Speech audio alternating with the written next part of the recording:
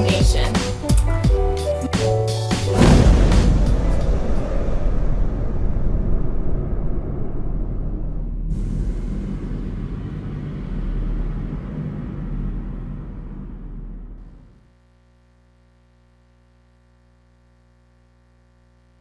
The following program may contain language of an adult nature. Listener discretion is advised. Views and opinions expressed on the following program are those of the hosts and guests, and not necessarily those of the staff or management of alltalkradio.net. Brothers and sisters! Brothers and sisters! I don't know what this world is coming to. Hey yo, check this out, this is Flavor Flav, and if you want the whole truth, and nothing but the whole truth, so help the whole truth. Hey yo, you better listen to Dante, baby. Dante! What's going on, guys, and welcome to another great edition of the Dante's Boxing Nation Show. I am your host, Dante, and we got another great show for you. First things first, let me go ahead and introduce my man on the ones and twos in the studio with me, my man George. What's going on, George? Knocking them out for you. There you go. Ding, ding, baby. And also on the ones and twos, on the horn, I should say, on the phone, I got my girl, Miss Boxing Baby. What's going on, Miss Boxing Baby? I'm chilling. How are you?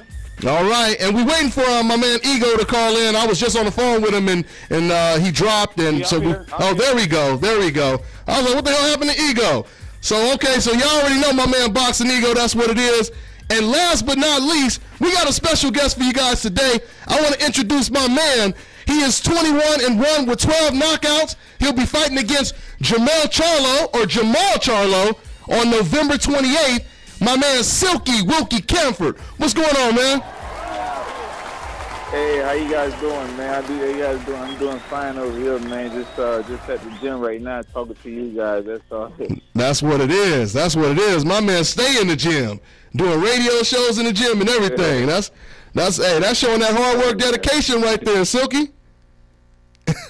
Oh yeah, well, I'm on it. I've been doing this for a little minute now, so it's just like boxing is like it's my job, so I have to stay on my grind, you know. Mm-hmm. Now, Silky, let's start with this. For the people who don't know you and they just think you just some nobody that they pulled up, you know, to fight Jermall Charlo. Tell everybody, give everybody your story, man.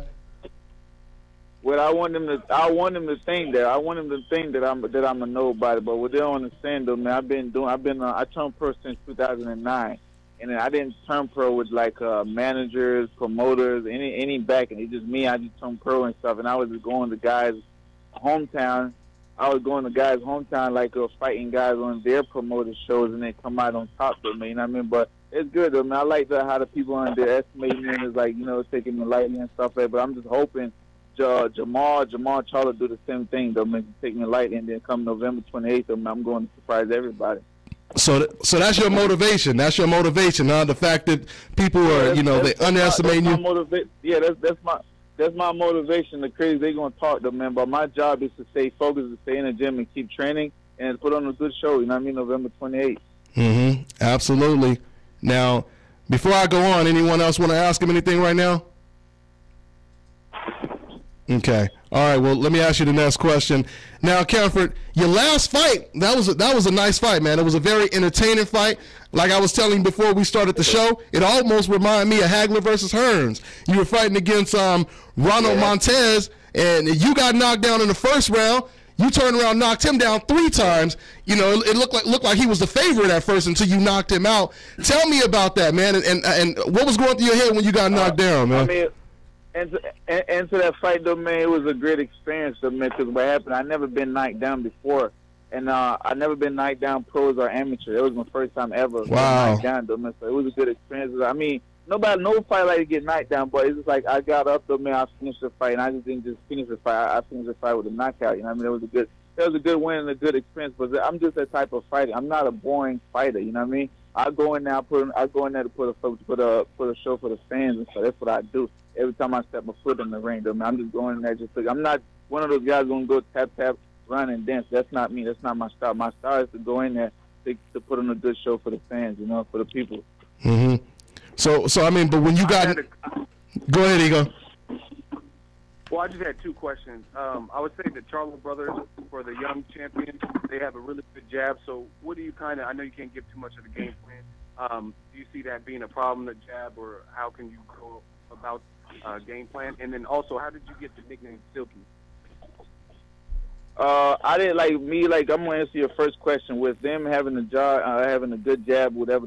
Like I used to.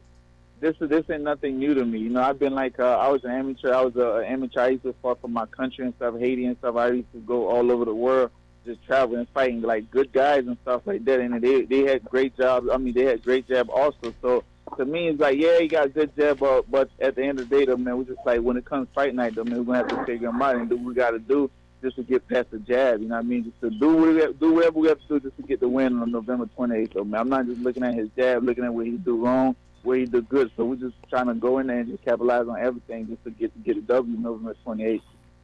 Mm-hmm. Absolutely. And your nickname, where'd you get that nickname from, Silky? The nickname Silky, I got that name from my coach Milton. It was like when I turned pro and stuff, and then the commentator, was like the ring announcer, came up to me and then he said, "What is your name? What is your boxing?" I said, "Well, I don't have one." And at the time, my friends in the neighborhood, they usually called me Silky. I mean, not Silky, they called me Kizo. He said, and I told the ring, and I said, "Oh, just call me Kizo." He said, like, excuse my language, he said, "Kizo, what the?" You know, he's just like a curse word. He said, "Kizo, what the?" You know what I mean? He said, "We're gonna call you Silky." Ever since then, the name's been stuck. Though, man, everywhere I go, everybody just call me Silky. You know what I mean? But it's a cool name, though. I like it. No, but Silky Wilky sound better, man. That is catchy right there. Silky Wilky. I was thinking about changing my name to Silky. Actually, changing my name to Silky Wilky Campfort, but I didn't want to do that though, man. I feel like if I do that, change my name to Silky Wilky, it would be like a little bit too much. So I'm just kept Wilky Campfort as my real name and just use Silky as my boxing name and stuff. Silky Wilky. Hey, I was at your last fight in Orlando. You looked good, and you got knocked down. You came back, you won. So now you got the title status. So what do you want to go? What do you want to like? What do you want to show the fans come November 28th? Like, what do you want to show? I just want to go in there and it's like this is a good opportunity. I've been waiting for this opportunity since I started boxing. My whole plan since I started boxing, I just wanted to be a champion. You know what I mean, just to be the second Haitian-born fighter to win the junior middleweight title. That would be something big for me. You know what I mean? So come November 28th, though, man, I'm just going to show the people, though, man, show them my skills and everything. You know what I mean? Show them it's like, you know, the fighter they get to see on TV, though, man, those guys are not the only guys that could fight them. There's other fighters out there that could fight also. They just don't have the opportunity that they have, you know? Mm-hmm. So come November 28th, though, man, I'm going to go in there and do whatever I got to do just to get the W. And Silky Wilky, you was telling me before the show that you was working in camp with undefeated middleweight prospect Caleb Plant and Peter Quillen. Did that help you prepare for this fight? And how good do you know those guys? I know. Me and Caleb, we know each other. We always talk on Facebook.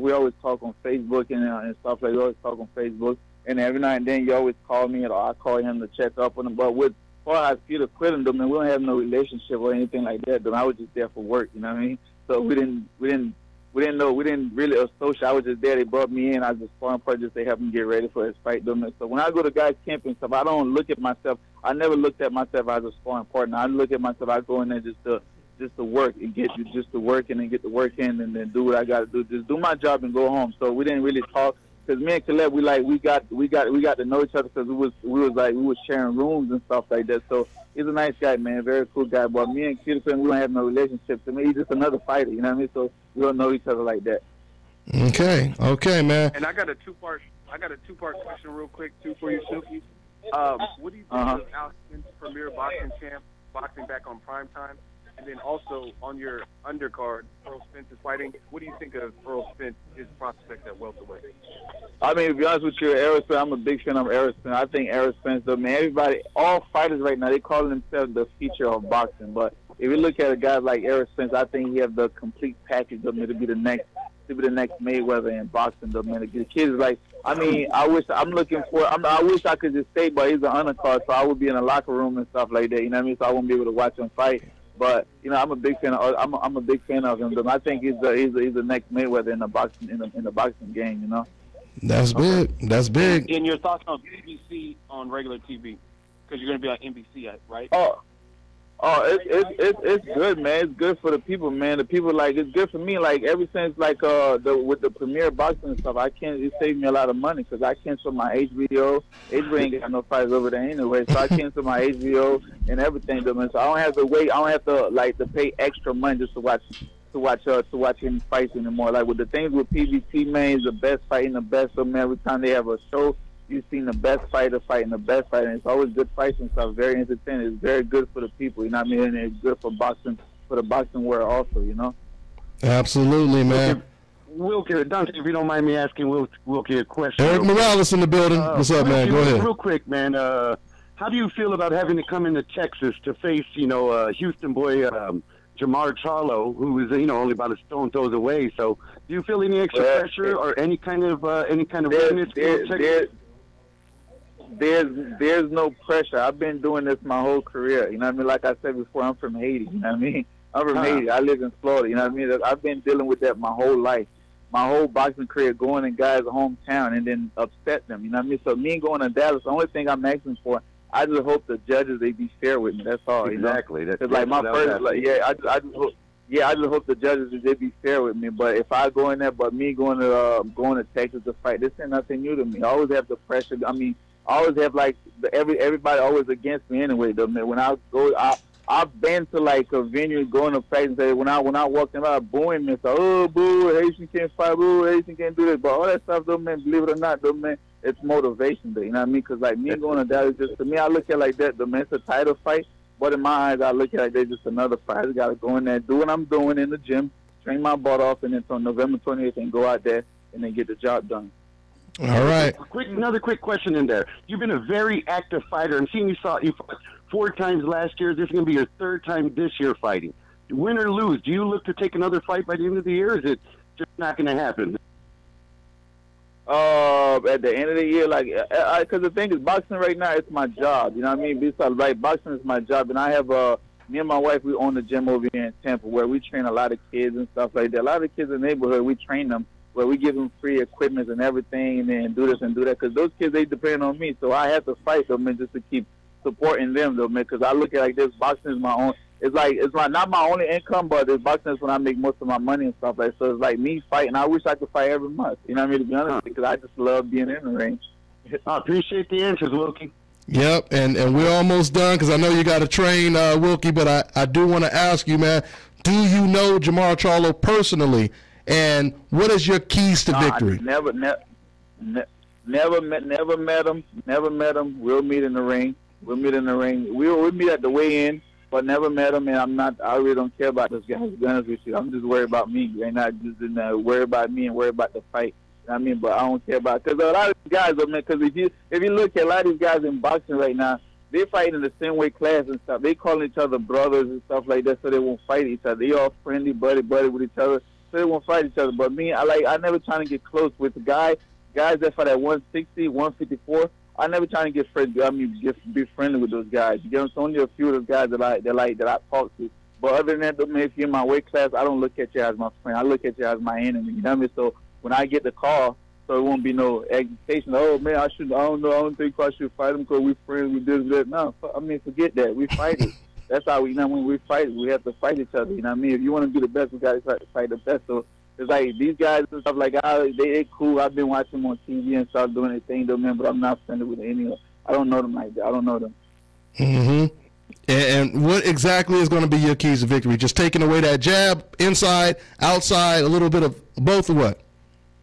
I don't know. That you're going to have to see, though, man. That you're going to have to wait and see till November 28th, though, man. I mean, but one thing I could say, though, man, it would not be a boring fight. And then and during the fight, though, man, it's like either, because, like, my motto's like this, though, man. It's like, I'm not a big knockout puncher, but I got some pops, though, man. I'm not going to go in there.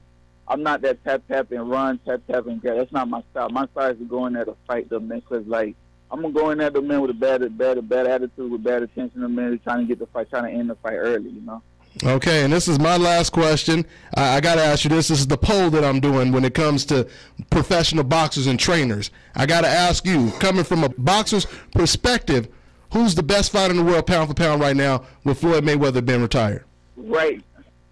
right now without Floyd Mayweather, or with him, including him also? Not including him. We're saying he's gone. I would say, to me, it's like, I would say, like, I like Rigondeaux a lot, though, man, but he's not very active. But I would say Andre Ward. Mm-hmm. Okay. I haven't heard of Rigo in a while, but yeah, usually he's around there. But I'm gonna continue to do this. Ask all the professional boxers and trainers. Hey, man. Well, I want to say thank you for your time, man. I wish you luck on November 28th. Anything else you want to say to the fans before you let us go? Man, I just want to tell the fans, thank you for the support. Thank you for the hit, though, man. I appreciate all of that. Just motivate me, man. Just tune in November 28th, though, man, to watch the fight. And then, that's it. All right, man. What do you want to say to some of your Haitian fans that's listening? Something in Creole? To all my Haitians listening right now, November, 28 November, my first time I get big game bella pour nous. Pour nous célébrer dans November 28 Haïti. OK? Merci un peu. Dope. That's what it is, man. All right, man. Well, once again, I want to thank you for your time. Take care, all right, man? All right, thank you, man. Thanks for having me, guys. I appreciate it. All right, we'll have you back on the show after the fight, all right, man? All right. All right, bye-bye. See you guys soon. All right, guys. All right, so that was your man Silky Wilky Campfort. He's going to be fighting against Jermall Charlo on November 28th out there in my man Erik Morales' hometown, Texas. So, that's what it is. You got something to look forward to, right, Erik? Huh? I had to bring up the dubious judging decision based on Texas history, and that's what I was wondering if he was worried about. Yeah. Just a little pressure maybe to overperform in order to get the judge's attention. Oh, you're absolutely right. Yeah, Texas, they got a real bad reputation when it comes to judging. Yeah. Just ask Austin Trout. Yeah. Man. Oh, I mean, you can go back Paulie Maldonado to Juan Diaz. Almost anything. So, yeah, that's one of the fights I was. Have a good history right now. I was thinking about the Paulie fight as well. Yeah. Absolutely. I forgot about that fight. Yep. So anyway, guys, let's go ahead and get into some boxing news. And if you guys have anything you want to bring up, you guys can bring it up as well. But I want to start with this news that they say Canelo Alvarez is actually planning, according to Bob Arum, Canelo Alvarez, he's planning after the Cotto Canelo fight to fight the winner of Bradley versus Rios. Let me go ahead and start with Miss Boxing Baby. What do you think about that move? Is that a good fight? Does that make sense when you have a whole lot of fights at 154? What do you think, Boxing Baby? Makes absolutely no sense. I don't even. First of all, Rios is a blown up junior welterweight. Bradley, same thing. I don't see any sense in that. I mean, maybe they have like some big money on the table, but me personally, I don't see any sense in that. Especially if Brandon Rios is to beat Bradley. Definitely no point in that fight. Yeah, that's a real good point. I mean, I personally, before I give you my take, what about you, Boxing Nigga? Yeah, I'm not a fan. It just don't make sense. I don't think either guy has like the height and frame and or really the style. Like, what I'm saying? Like, Tim Bradley's a hell of a fighter, but he's taking a tough schedule, and he got hurt in the 12th round versus Jesse Vargas, who's pretty much a 140-pounder also, who doesn't really routinely fight at 147. So Vargas can hurt you. Cotto and Canelo can both hurt you. I'm all about meaningful fights. And when you got guys like Demetrius Andre just came back, got a second-round knockout. You got the Charlo brothers. He's coming up with fighting Wilky. The other Charlo brother just came off of Alcine knockout. Who else is at 54? I don't know. There's too many other options at 154 or 160. You got Gennady Golovkin, who's been trying to stalk these guys down for a fight. So any way you slice it, it's not the most meaningful fight. You know what I'm saying? Look, like, what's Rios' best win at 47? What's Bradley's best win at 47? I'll leave that to the fans to answer. Mm-hmm. And one thing I will say before I ask Erik about it, get his little take. This is my thing. I kind of like the idea of Canelo versus Bradley, but I would only really like it if there was no competition at 154. Like, let's say, for example, Canelo, he just completely cleared out the division, and there's no names at all, right? There's no challenges left, so he's just looking for challenges. Then I would see that as a great matchup. Even though, no doubt about it, Tim Bradley will still be at a major disadvantage. Like, I thought she alluded to it, but Tim Bradley, he's more of a natural junior welterweight. He wasn't even that strong at junior welterweight. So, with him being 5'6", not being known for his power, fighting against Canelo Alvarez, one of the hardest punchers in the division, even though I still give Bradley a chance because he can box.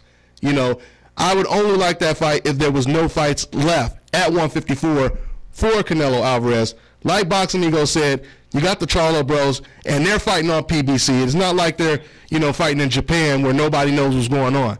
You know, everyone knows the Charlo brothers. You still have Edeslani Lara, you know, and you have Demetrius Andrade, who I believe is the best fighter at 154. So, Erik Morales, just real quick on this, what's your take on this situation? I'm just curious that Canelo's next option, according to Bob Arm, are 2 fighters under his promotional banner. It's kind of wishful thinking, reminding me of the Pacquiao situation right now where Arm kind of blasted Khan for that. So I really need to see what Golden Boy and Canelo have to say about that whole deal before I really can think anything about it. But no, I don't like that matchup. I don't think Bradley nor Rios is a good matchup either, you know, boxing-wise or even money-wise at this level. He needs to really take another step up beyond that.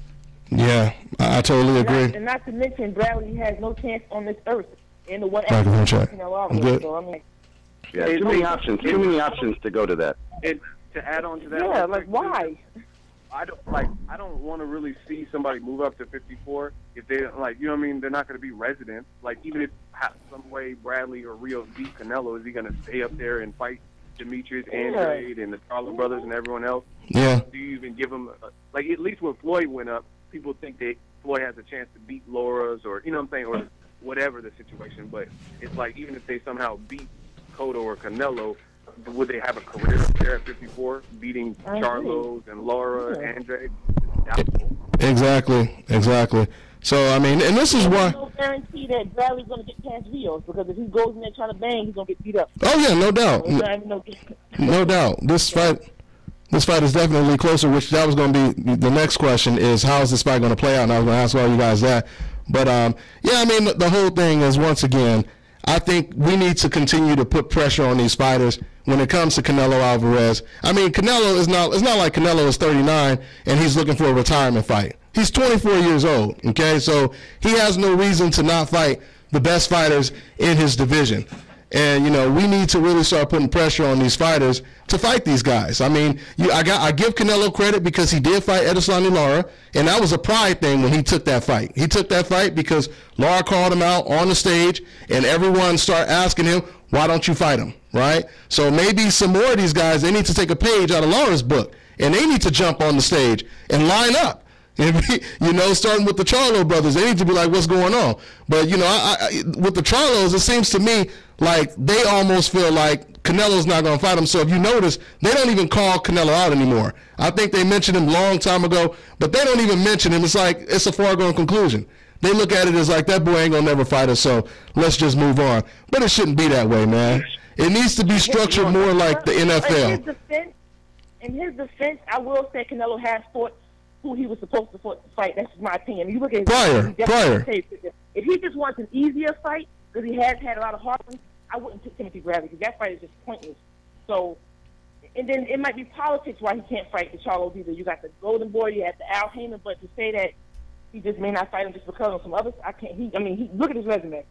Yeah. The easy fight, I get it, but the easy fight to me is not Timothy Bradley. That fight is pointless, not easy. But you got to remember, boxing, baby. He called out Mayweather. Mm-hmm. You know, he called out Mayweather. So if it's something they want, if it's something they want, they don't care who that person is promoted by. If they want it, they gonna call that person out. You know, so trust me, money will fix all stipulations. My last thing too is, like, to me, I think it's kind of backtracking. Like, post Mayweather, we might not have another pay-per-view era of boxing. Because you look at Mayweather, he fought Oscar De La Hoya, became the cash cow after he beat him. Then he fought Ricky Hatton. You know what I'm saying? So to have a mega fight, the fight of the magnitude of Cotto Canelo, and then to all of a sudden Rios Bradley winner, to me that's not really a pay-per-view fight. You know what I'm saying? It would be great to see those guys go up into like a paper. You know what I mean? To ride the momentum of Cotto Canelo and the success that I think it will be a success into like another pay-per-view. You know what I mean? It's like they're not going to build pay-per-view stars with matchmaking like that. No, and Eagle, isn't it crazy how they criticize the PBC series saying, talking about mismatches and all that kind of stuff. And then we hear ideas like this. Bob Arum saying he likes the idea of Canelo against Bradley Rios winner, which, like Miss Boxing Baby said, it could even be Canelo versus Rios, which would be a joke of a fight. So, and the other thing, like, now, the more I think about it, the more I get pissed off. Because if you look at it, Cotto and Canelo, both their last fights, like 3 fights or whatever, have been at catchweight. So it's not up their division. You know what I'm saying? They're not even fighting at 54. So not only would Bradley or Rios move from 47, they would most likely have to fight at Canelo weight or Cotto weight, which is above 154, like 155 or some shit. You know what I mean? It's just a pound does matter, especially when you're moving up and you didn't have that good of a chance to begin with. Yeah, it doesn't make sense. Well, let's try to be cut this next segment a little short. Bradley versus Rios. I just want to get everyone's breakdown. I believe since the fight is this weekend, check it out, guys. I think Bradley should outbox Brandon Rios. I think all of us probably agree on this. Only chance Rios has is landing something on the inside. This fight is shades of Bradley versus Provodnikov. Only difference is I don't think that Rios is as quick as Provodnikov on his feet or with his hands. Provodnikov, he can cut off the ring a little quicker. He's a little bit quicker. So, but if I have to pick somebody, it's going to be Bradley. I see Bradley outboxing him. I know Bradley. I heard him doing interviews where he's saying that Rios' only chance is to land a lucky punch. So he already knows he can't get caught with that lucky punch. Erik Morales, how's it going to go down? I think it's going to be a good fight. It all depends, as everyone's mentioned in the past, on Bradley. How is he going to fight? Is he going to want to brawl? Is he going to want to stay on his back foot? And if he stays, just moving around the ring, he should win.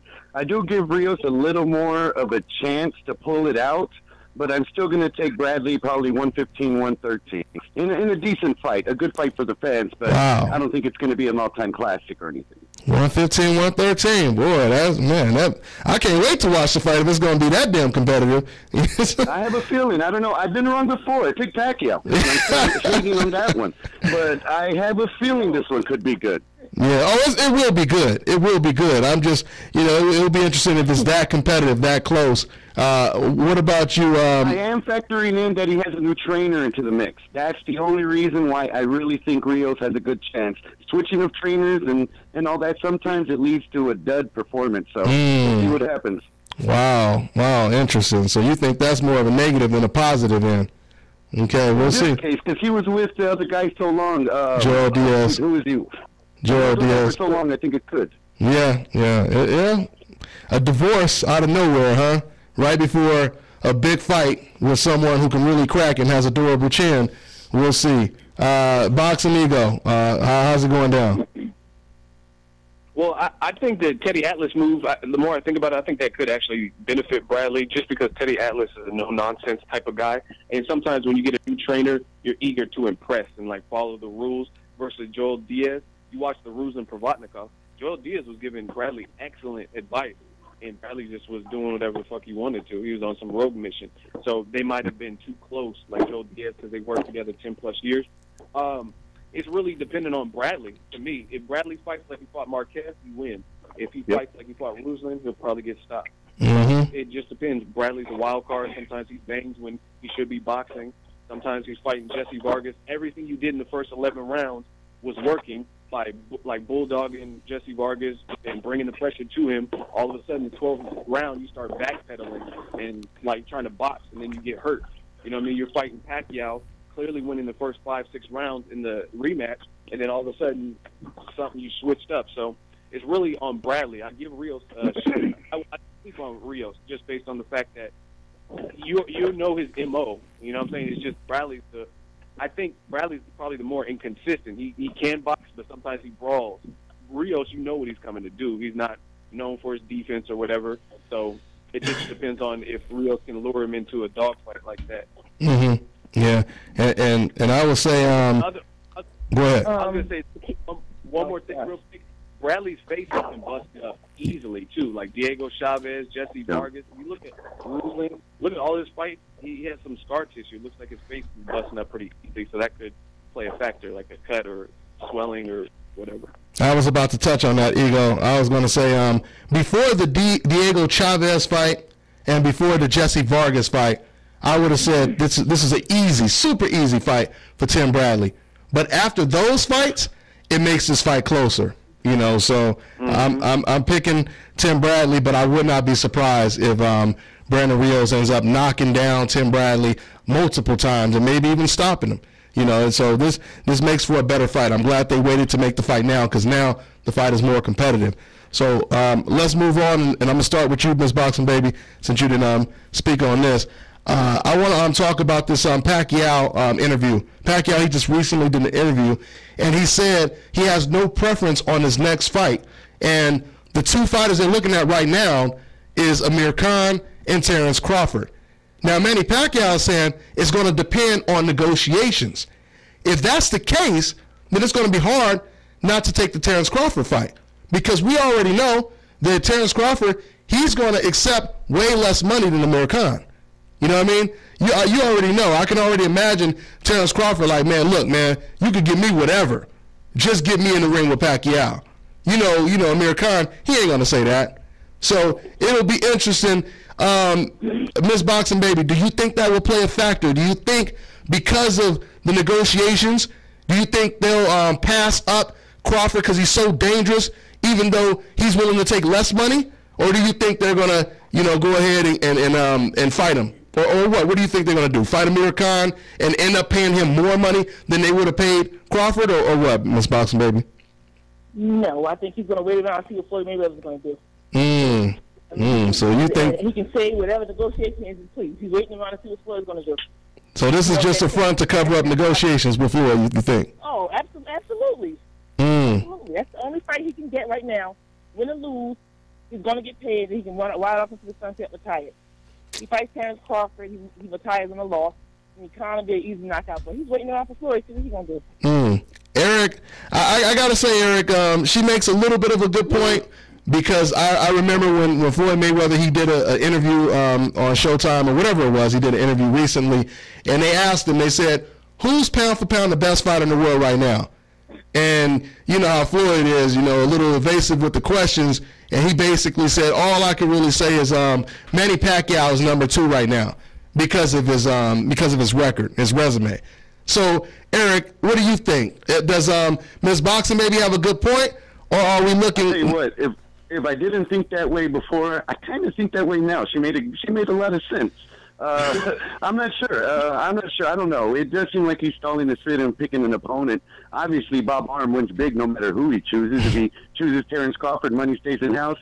If he chooses Amir Khan, he may get a bigger pay-per-view. So Bob Arum probably doesn't care, but I like that idea of waiting for Floyd. I just don't think it's going to happen because I don't think Floyd's going to come back, or at least not yet.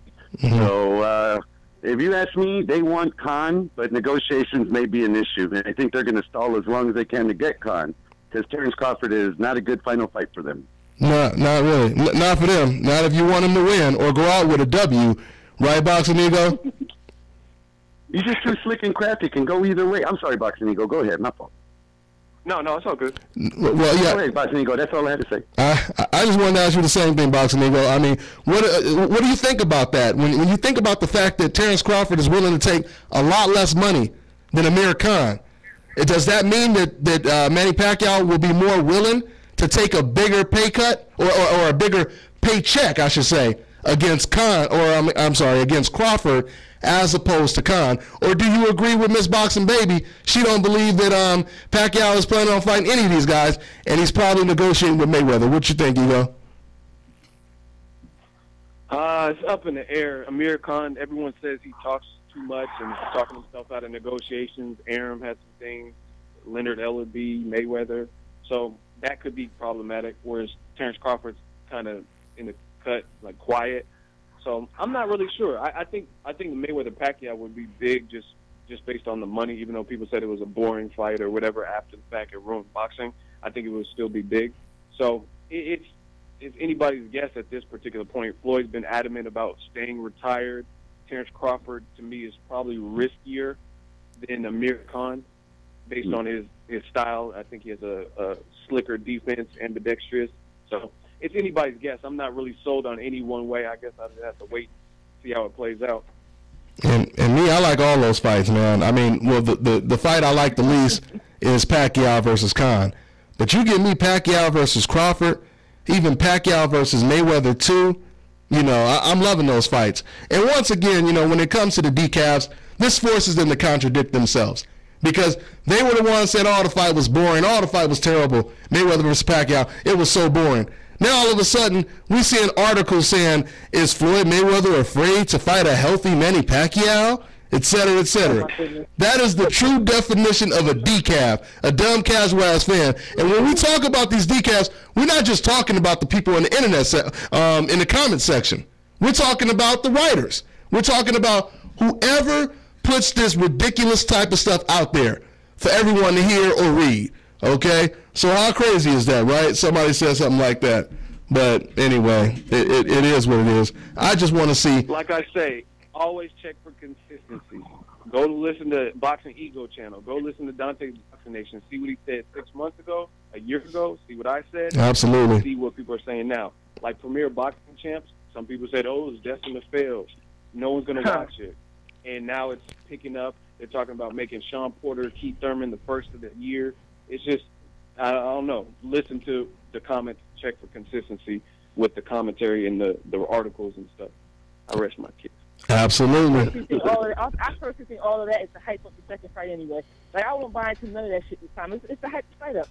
If Floyd decides to come back, it's going to be for that one reason. It would be to fight Manny Pacquiao again. It'll probably even worse, get more money than retire for real. Yeah. And that's what I feel like Manny Pacquiao is doing right now. Yeah. That Floyd comes back and gives him that big payday. And you know, and if you don't get influenced or distracted by the ignorance, you know, when you hear the fans say this kind of stuff, believe it or not, the rematch would be a great fight. It would be a great fight, you know. I mean, I know Mayweather still wants to get that knockout. I know he still wants to do better, you know. We heard Floyd Sr. constantly saying, man, I want you to do more, you know. So, and Floyd Mayweather, he just recently said in an interview that I did with him, he just recently said that I've only been 100% in 2 fights in my whole career. That was Diego Corrales, and that was against Arturo Gatti, okay? So, imagine. So, if we've seen 80% or whatever percent against Manny Pacquiao, just imagine where we could see, 100%, you know? Maybe it'll make a difference, maybe it won't. I don't know. But I know Manny Pacquiao, he's going to be the same Manny Pacquiao. And the whole problem with Manny Pacquiao is he is always going to be thinking in the back of his head that he got knocked out with a perfect counter right hand, you know? And that's the reason why he was so reluctant in the Mayweather fight, because he kept thinking about that. That's why when he had Mayweather on the ropes, he would take a step back and say, nah, you know what, I changed my mind. This motherfucker going to mess around and catch me with something, you know? So the first fight was so easy to break down if you really know boxing and what you're watching. Manny Pacquiao could not close the distance. The little awkward tricks that would normally throw any other less intelligent fighter off weren't working with Floyd Mayweather. Like, he could do a stutter step or some crazy move or whatever, leap off the ground, what he normally does. And another fighter, a lesser fighter, a less intelligent fighter, they'd be like, oh, what is that? And get clipped with something. Mayweather is smart. He's very smart. Pacquiao could not close that distance. And like I told people, Maidana could possibly be a harder fight for Floyd because he improved his jab. Yeah. He's bigger than Floyd. Absolutely. And he has it's a deceptive jab, too. Yeah, absolutely. The thing about Pacquiao fans is some people, they'll scream and cuss you out if you don't agree with their opinion, and a lot of them don't even know how their fighter fights. Pacquiao doesn't have a superior jab. I wouldn't even call Pacquiao a pressure fighter. I would call he's not an ambush-style fighter, in and out, and then he'll step back and stuff. You know what I mean? He's not a pressure fighter like Maidana, and he doesn't have a jab like Maidana. That's why you've seen the Maidana one fight was harder. Which made no sense why people kept saying, oh, if Maidana could do this, imagine what Manny Pacquiao could do. Like Ego just said. That's because people don't know boxing. Maidana outweighed in the first fight. He outweighed him 15-plus pounds. He can crack single-shot knockout power. And Maidana is awkward. I can analyze Pacquiao the same way I did the first time. There's no way in hell to beat Floyd Mayweather. I don't have to say the jab style. He won't beat him. There's nothing he can do to beat Floyd Mayweather. It doesn't matter. They wait 50 years to fight. He just can't beat him. Absolutely. Whether it was 6 years ago, 6 years later, he can't beat him. Period. So Yeah, so I don't think he really even cares. I just think he wants that paycheck so he can go off into the sunset. Honestly, he don't care. Man, he got a lot to lose though. If Pacquiao, if he goes in there, he got to lose for another $100 million. No, I'm talking about his reputation, and his legacy. You know, of course. Oh, he gonna be set for life financially. I don't think he cares. I guess he could buy a legacy with all that money, right? But, yep. but my point is, just think about how bruised his ego would be, right? I mean, you think about the fact that you came up with this excuse, which I feel was a premeditated excuse. I feel this excuse, they had already thought about this. Matter of fact, Pacquiao said himself, he said he had a dream months before the fight that he lost the fight. So he said that, you know, when he found out he lost, he wasn't surprised because he already knew he was going to lose, right? So, I mean, with that being said, everybody makes excuses for you. Everybody defends you and say, oh, well, Pacquiao, you just lost because, like you said, your shoulder wasn't good, right? That's why you lost, right, champ? And Pacquiao is feeling a little bit better, like, oh, yeah, they believe in it. You know, that's why I lost, right? But in a rematch, he won't be able to use that excuse or any other excuse. So now he would have to flat out come out and say that this man that I despise is better than me, you know, because he didn't admit it yet. But he's going to have to say it in a rematch, okay? So anyway, I hope we get to see the fight, you know. I hope we get to see the fight. Right. So I don't want Floyd to come back. I hope he stays with. You want to say not because he can't, not because I think he took punishment, he can't win, because they don't appreciate him. So come back for what? They what you doing is just stay off and relax, just chill, because they never, even if he beats him, which he will again, they still won't give him his spot. But just remember this. So what's the point? Just remember this, Bucks, baby. It's just the ignorant ones, you know. I mean, I know it's a lot of ignorant ones, but it's just the ignorant ones. When it comes to the intelligent, you know, fans, the boxers, the professional boxers, the professional trainers, they praise Floyd Mayweather to death. You know, you go to any gym right now and you talk to a major professional boxing trainer, they will praise this man left and right. Like I said, Nacho calls him the Michael Jordan of the sport. El Chapo said he's the best in all galaxies. Mikey Garcia said he's probably the greatest of all time. Oscar said it. And the list just goes on and on and on. So, you know, the ignorant fans, they can hate all they want. You know, they got a little bit more of a platform because of social media today. But at the same time, their opinion is still irrelevant when you have professional boxers and trainers speaking the whole truth like we do right here on Dante's Boxing Nation and Boxing Ego. But we got about 2 minutes left, guys. I want to ask you real quick. Go ahead, Boxing Ego. I was just going to say, like I said, check for consistency. People, when the fight got signed, they got scared. And they were, I don't want the fight to happen. It's too late. This ruined boxing. But then now they want to see a rematch. Why do you want to see a rematch if the first fight you said he waited too long to fight him? Exactly. Like I said, check for consistency. They say, oh, Mayweather, he trash talks too much. But I just watched your interview with Floyd Mayweather, and he was cool as a cucumber. He didn't say nothing bad about Golovkin. He was humble. He said, oh, much respect to them dudes. He's doing what he's doing.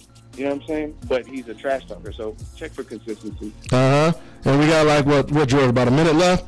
So I'll go ahead and let Erik take us out with this one. So, Erik, some more recent news. I kind of like this news.